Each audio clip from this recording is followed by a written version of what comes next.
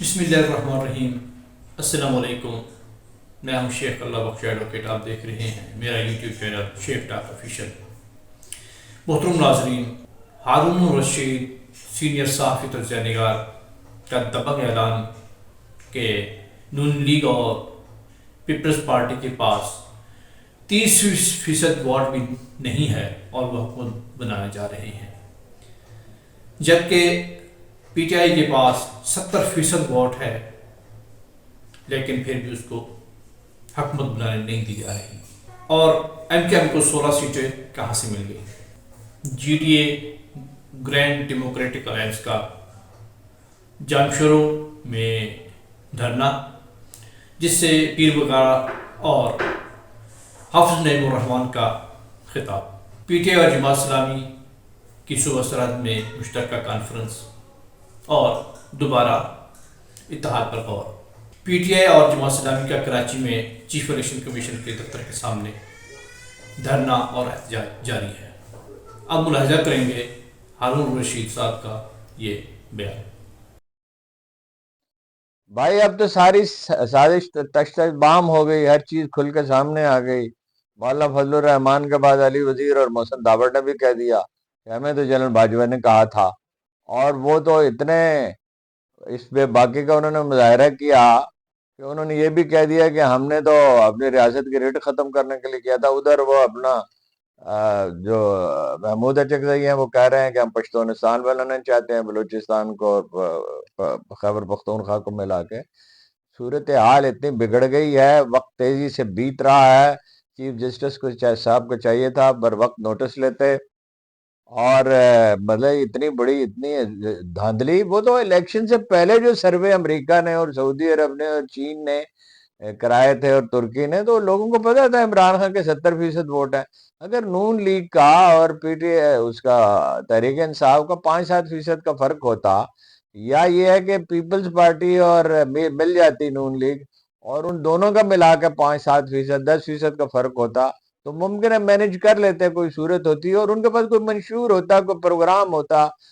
تو لوگ تو ان سے اکتا چکے، تو دونوں کے ووٹ ملا کے آدھے نہیں ہیں، اس کے 70% ووٹ ہیں، ان دونوں کے ملا کے 30% نہیں بنتے۔ پھر دوسری پارٹیاں ہیں، جمعیت علماء اسلام ہے، جماعت اسلامی ہے، اور بہت متحرک تحریک لبیک ہے۔ ایم کیو ایم کو 16 سیٹیں کہاں سے مل گئی جی؟ کوئی مذاق ہے؟ پیپلز پارٹی نے اب جو تازہ معلومات آئی ہیں، وہ تو پتہ چلا کہ پی ٹی نون لیگ کی تو سیٹیں زیادہ سے زیادہ 10-12 ہیں، زیادہ سے زیادہ، اور پنجاب میں بھی 50, 60, 70 سے زیادہ نہیں ہوں گی۔ اب آپ لوگوں کو اٹھا رہے ہیں، احمد رشید بھٹی کو اٹھا لیا، عدالت میں پیش کر دیا، اور لوگوں کو خرید رہے ہیں۔ معاشرے کا سوشل فیبرک پہلے تباہ ہو چکا ہے، اس کی اخلاقی حالت اتنی خراب ہو گئی جس کے کوئی حد نہیں۔ اور آپ طاقت کے استعمال سے وقتی طور پہ چیزوں کو روکا تو جا سکتا ہے، لیکن طاقت کے استعمال سے رات کو دن اور دن کو رات تو نہیں بنایا جا سکتا۔ رات کو 12 بجے آپ سورج تو نہیں چڑھا سکتے۔ پختونخوا پہلے ہی اپنا فیصلہ دے چکا، اور وہاں حکومت کی ریٹ ختم ہو چکی۔ کراچی تڑپ رہا ہے اور بیدار ہے۔ کتنے لوگوں نے کہہ دیا کہ جی، جیتے ہوئے لوگوں نے کہہ دیا، یہ جن کو آفر کی گئی، نعیم الرحمان صاحب نے کہہ دیا میری سیٹ نہیں ہے، مجھے نہیں چاہیے، اور کتنے اور لوگ ہیں جن کو پیشکش کی گئی، انہوں نے انکار کر دیا۔ اب مولانا فضل الرحمان جو ہیں، جب یہ بات وہ کہتے ہیں کہ یہ ہمیں تو باجوہ صاحب نے کہا تھا، تو باجوہ صاحب کو تو امریکہ نے کہا تھا۔ اب امریکہ تو اپنی غلطی مان گیا، لیکن ترکی کا میڈیا تو یہاں کوئی نہیں کور کرتا، لیکن اگر کوئی کور کرے، اور سروے کرا حال ہے پاکستان میں 70% سے زیادہ ووٹ عمران خان کے ہوں گے۔ پوچھ لے کون پاپولر لیڈر ہے، پوچھ لے دھاندلی ہوئی ہے کہ نہیں ہوئی۔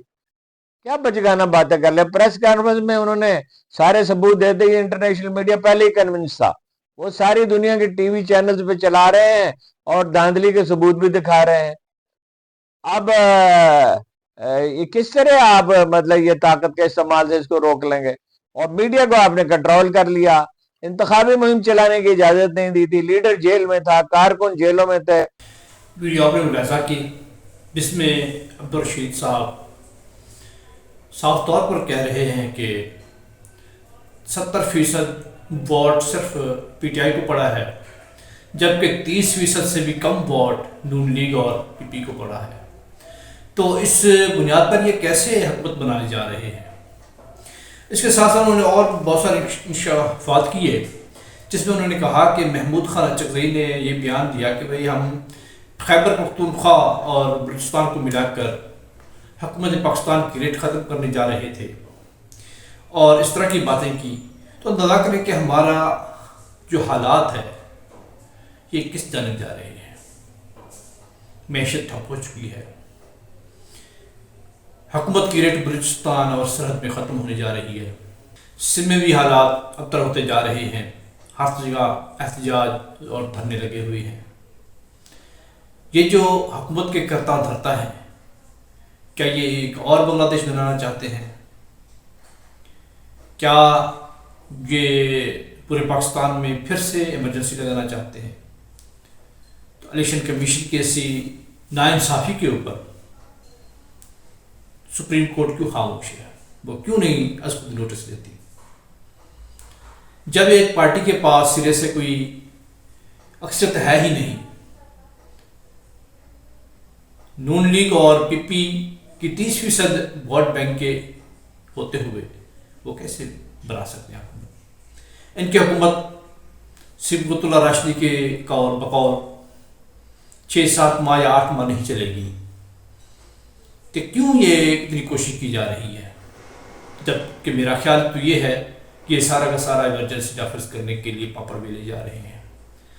لیکن یہ صاف طور پر لکھا ہے، یہ نوشتہ دیوار ہے کہ اب مارشل لا یا ایمرجنسی کی کوئی گنجائش نہیں ہے. اب عوام بیدار ہو چکے ہیں، لیکن سیاستدانوں کو ہوش کے ناخن لینے چاہیے. نواز شریف، زرداری اور ایم کیو ایم کے حضرات، کیا آپ لوگوں نے حرام کی کمائیاں کر کے دیکھی ہیں؟ کیا آپ لوگوں نے زبردستی کی حکومت کرنا سیکھ لی ہے؟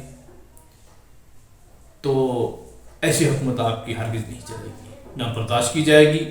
وہ دن بیت گئے جب آپ لوگ ایسا کیا کرتے تھے. اسد قیصر رہنما پی ٹی آئی کی سربراہی میں پی ٹی آئی کے وفد کی جماعت اسلامی کے وفد سے ملاقات، مشترکہ پریس کانفرنس میں کہا کہ اسد قیصر کا کہنا تھا کہ ہم صرف جمہوریت کو ڈیریل ہونے سے بچانے کے لیے اور قومی مفاد کے لیے اشتراک کر رہے ہیں، اور جو دھاندلی پورے ملک میں کی گئی ہے اس کے لیے ہم عوام کو باہر نکلنے کی دعوت دیتے ہیں. لیاقت بلوچ کا کہنا تھا کہ ہم صرف اتحاد اس وجہ سے کر رہے ہیں تاکہ پی ٹی آئی کو کھویا ہوا مقام بھی مل جائے، تاکہ جمہوریت کا نقصان بھی نہ ہو، اور جس سے ناانصافی ہوئی ہے اس کو انصاف بھی مل سکے، اور عوام کی بہتری کے لیے جو بھی فیصلے ہو سکیں گے ہم انشاءاللہ العزیز مشترکہ طور پر وہ کریں گے. اور ہم پی ٹی آئی سے اتحاد صرف اس صورت میں کر رہے ہیں کہ کوئی بھی ہماری شرط نہ ہوگی، نہ ہم حکومت پہ کوئی حصہ لیں گے، نہ ہی کسی وزارت کے لیے ہم نے ان کے ساتھ کوئی شرط رکھی ہے. G D A great democratic alliance کا جامشورو ٹول پلازا پر وینا دھاندلی پر احتجاج. اس احتجاج سے پیر پگاڑا صبغت اللہ شاہ راشدی فرما رہے تھے اب فوج کے پاس ازمانے کے لیے کوئی بھی لیڈر نہیں رہا، قومی لیڈر سارے ایسا ایسا چور ہو چکے ہیں. یہ جو حکومت ہے یہ 2-2.5-3 ماہ سے زیادہ چلنے والی نہیں ہے. ہو سکتا ہے ایمرجنسی لگ جائے یا پھر مارشل لا لگ جائے.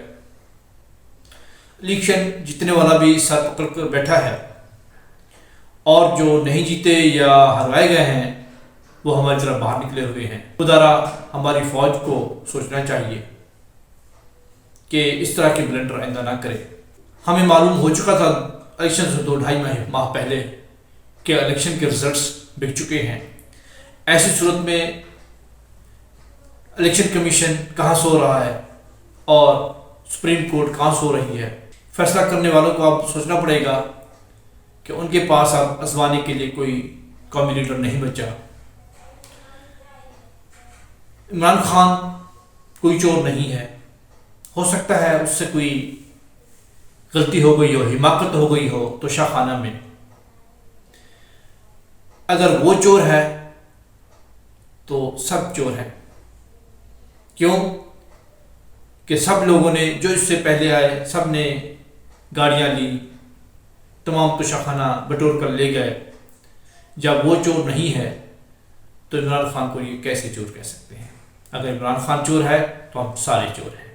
کراچی الیکشن کمیشن آفس کے سامنے Jamaat Islami P T I اور تحریک لبیک پاکستان نے احتجاج شروع کر دیا ہے.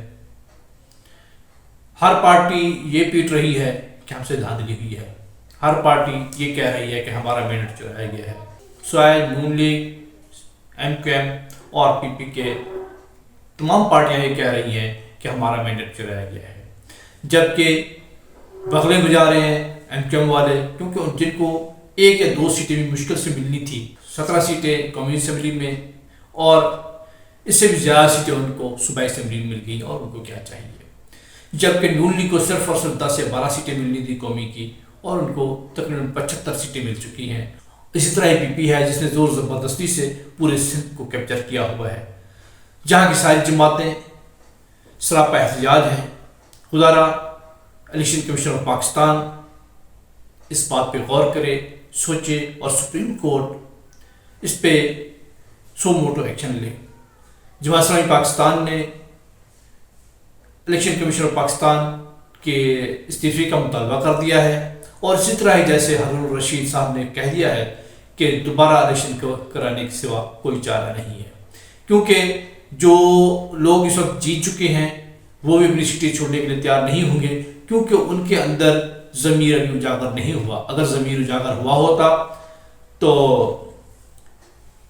جی ڈی اے اور جماعت اسلامی اور اس طرح کے دوسرے لوگوں کی طرح وہ اعلان کر چکے ہوتے کہ ایسی سیٹیں ہمیں نہیں چاہیے جو کہ ہم نے نہیں جیتی, کیونکہ ان کے اندر ضمیر ابھی مردہ ہے, انہوں نے ابھی سیٹیں چھوڑی نہیں ہیں. اور جو ہار گئے ہیں یا جن کو ہرایا گیا ہے زبردستی, جن کا منٹ چرایا گیا ہے, جیسے کہ جماعت اسلامی ہے اور پی ٹی آئی ہے اور جی ڈی اے اور تحریک لبیک پاکستان ہے, وہ بھی اپنا احتجاج کبھی بھی ختم کرنے کے لیے تیار نہیں ہیں.